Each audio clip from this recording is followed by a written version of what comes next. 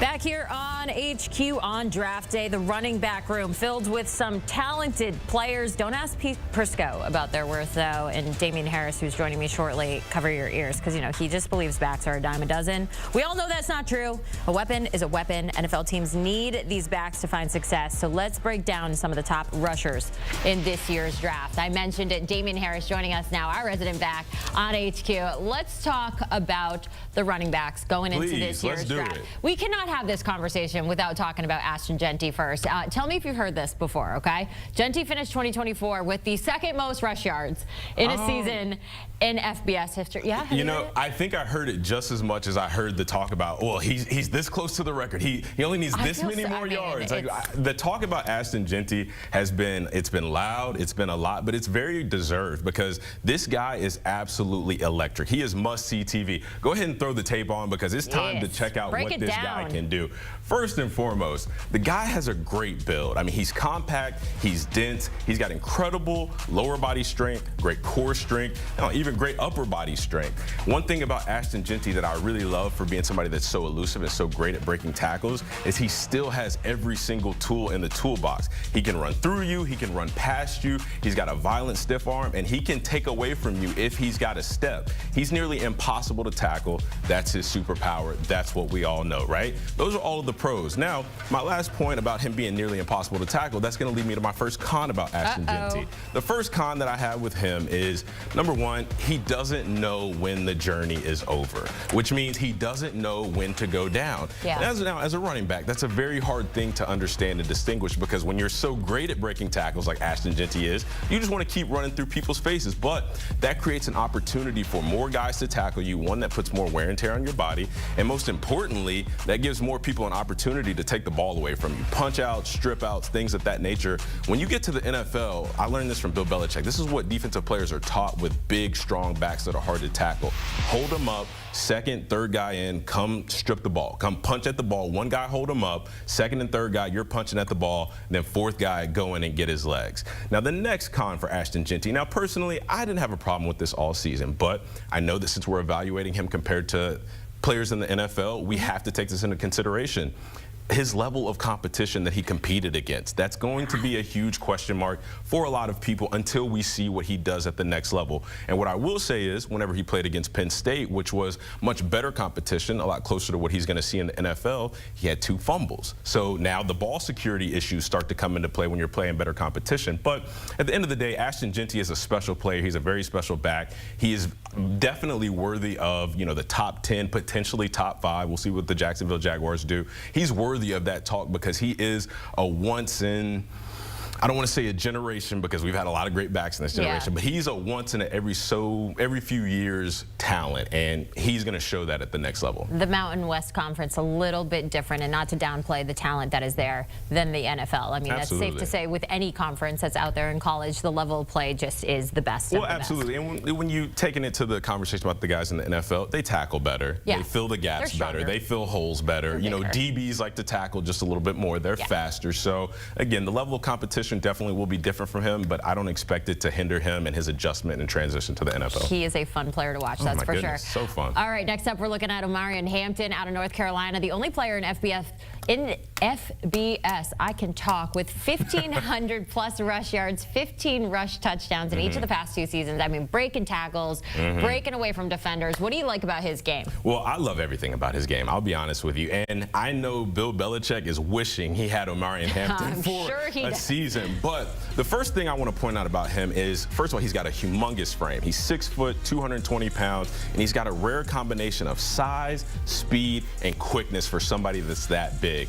He's a downhill runner. He loves to run behind his pads. And again, for somebody that's of his size and that's such a good downhill runner, he has great vision, he has great patience, and let's not forget about the speed. I know I mentioned that earlier, but a guy at 6 foot, 220 running 4.46 at the combine, I mean, that is blazing speed. That opened a lot of people's eyes as to, okay, this isn't just a big back that's just going to get me 2, 3, 4 yards, a guy that's good in short yardage or goal line situations. No, this is a guy, if there's a hole open and he's got a step, he can take it the distance. So he absolutely improved his stock tremendously by running that 4.46. And something this is probably my favorite attribute of his. Ooh, what do you got? He is violent in pass protection. I mean, he is violent. He engages. He's eager to step up and block for the quarterback. He just does a lot of things well. Now, all the things good about him, let's talk about some cons. He's not very natural and fluid in the pass game, and that's to be expected of bigger backs. You know, you think of a Derrick Henry or guys that are naturally big and bruiser-type backs. He's not very fluid in his routes. I watched him catch at the combine, and he didn't have very many drops, but he didn't look necessarily comfortable. His hands were sometimes missed positions. Sometimes he was catching the ball with his body, so it's just not a natural thing for him.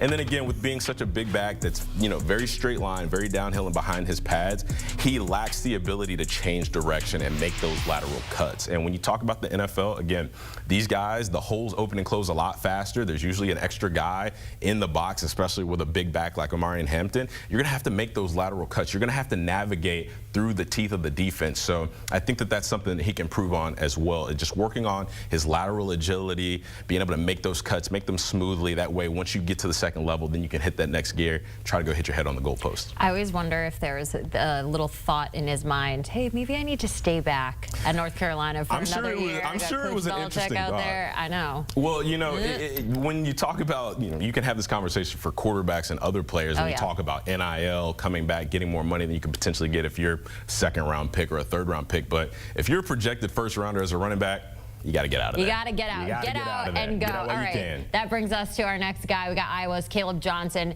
your 2024 consensus All-American, first team All-Big Ten. He led the Big Ten in rush yards and rush touchdowns last season. What's unique about Kaleb?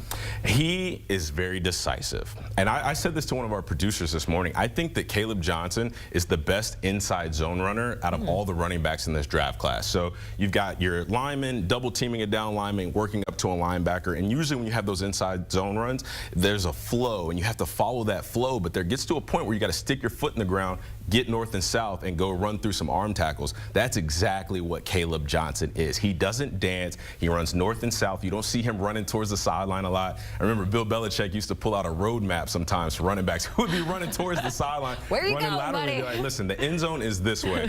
Kaleb Johnson, he has a knack for sticking his foot in the ground, getting vertical, pressing up to the heels of the lineman to make the linebackers come up and commit. That way he can open those holes up and then just try to break away, get him a long gain. Now, talking about breaking away, that is a con of his. He does not have that breakaway speed. He doesn't have that explosive big play ability, I think, at the next level. Well, I should say I think that that's something that he could improve on. But he's so good in the teeth of the defense. He needs to work on opening up a little bit, getting through the line of scrimmage, getting past the second level, and getting those big plays, getting those long touchdowns.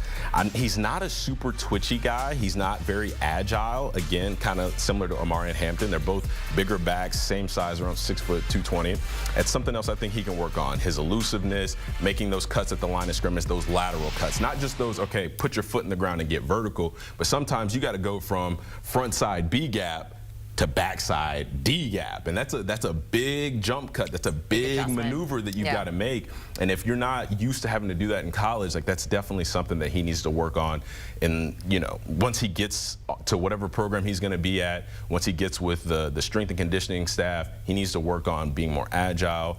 You know, really just getting that twitchiness back, those fast twitch muscle fibers working. You have such a nice way of talking about cons. You well, like somehow spin it into like, he can do this. Well, I believe in him. Well, I believe in all of these guys, right? Like, these guys' names aren't going to be called for no reason. Like, all of these guys have tremendous ability, and things that they didn't do well in college, they have the opportunity to revise that, correct that, and do it better at the next level and make themselves a lot of money.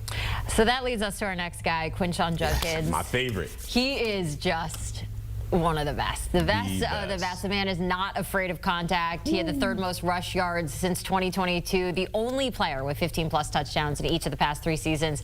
Talk to us about Quinshon. Well, he is violent. And when I say violent, I mean capital letters. He is looking to attack somebody. He's the back that when I look at in this draft class, he tries to deliver punishment, whether it's in the run game or if he's blocking for somebody. Quarterbacks, I saw him absolutely decleat a DB from Texas in the bowl game, you know, where he's blocking for Travion Henderson. That shows you a little bit of his unselfishness, having the ability to block for another guy.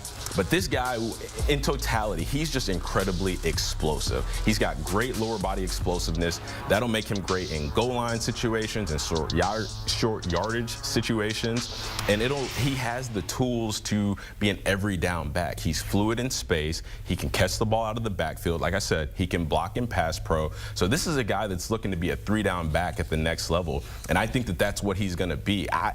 Selfishly, I think that he might have the highest upside out of all of the backs coming in this draft. Yes, I'm saying it right here and right now. I hear ya. He's great on first down. He's great on second down. He's great in space. He's good in the teeth of the defense. He's great at the point of attack, whether it's blocking or it's running. And he just really has a lot of intangibles that make him have the opportunity to be a star at the next level.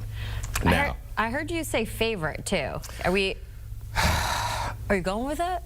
I know we still got to talk cons, but are we going with that? Here's my thing. I have been noted on here saying that I'm the president of the Ashton Jeanty fan club. I still am. Ashton Jeanty he's phenomenal. Yeah. He's special. He does a lot of things well. But again, when you talk about upside at the next level and what they did in college that translates to the NFL, I think Judkins has the highest upside. But not so fast. Slow down. Let's talk about some things that he can improve on. Tell me. Top end speed. That seemed to be a little bit of concern. I saw that long run that he broke in the national championship against Notre Dame. I thought he was gone. He got hawked down. I wasn't expecting that, right?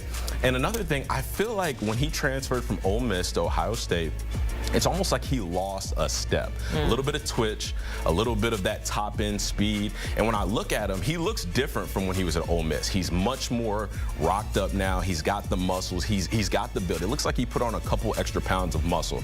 Now, I'm not saying that it's bad weight, but it might not necessarily be good weight because, again, I think it might have slowed him down a gear. So that could potentially be something for him to work on at the next level. And then my biggest concern when it comes to Quinshon Judkins would be his mileage. Because this is something that we haven't talked about with a lot of these running backs is how much mileage they've accumulated in college. Now, me, being a running back that played at Alabama, I remember the years when they used to talk about, oh, well, Derrick Henry, he's got too much tread on his tires. Yep. Damien Harris, he's got too much tread on his tires. Najee Harris, too much tread on their tires. They run Alabama running backs into the ground. Well, I found a stat. What do you got? You know how many carries Quinshon Judkins had in his career in college? Do tell. 739. That is a lot of carries. And to give you something to compare it to, you know how many carries Derrick Henry had in college? And now I watched him up close and personal, and I feel like he got the ball darn near every single play. Yeah, how many? 603. Ooh, that's a big difference. 603. That's so a big difference. if I am a team and I draft Quinshon, the mileage standpoint is going to be a little bit of a question mark, and I'm already going to be thinking with my medical staff, with my sports science staff. The words are hard, Jenny. Words are hard. Sports science staff on how we can keep him healthy, how we can keep his soft tissue muscles flexible, full of hydration. Like, what can we do to keep this guy on the field? Because we know he's got a lot of tread on the tires, and we want to maximize what we can get out of this kid and with this pick. Oh, I'm so excited for tonight. You and me both, Jenny. This is like one of the best days of the year. Damien Harris joining us now on HQ, breaking down all those backs. And it's all going down this evening. The 2025 NFL Draft officially underway tonight in Green Bay. It'll get started at 8 p.m. Eastern from Lambeau. We'll have full coverage and analysis on CBS Sports HQ.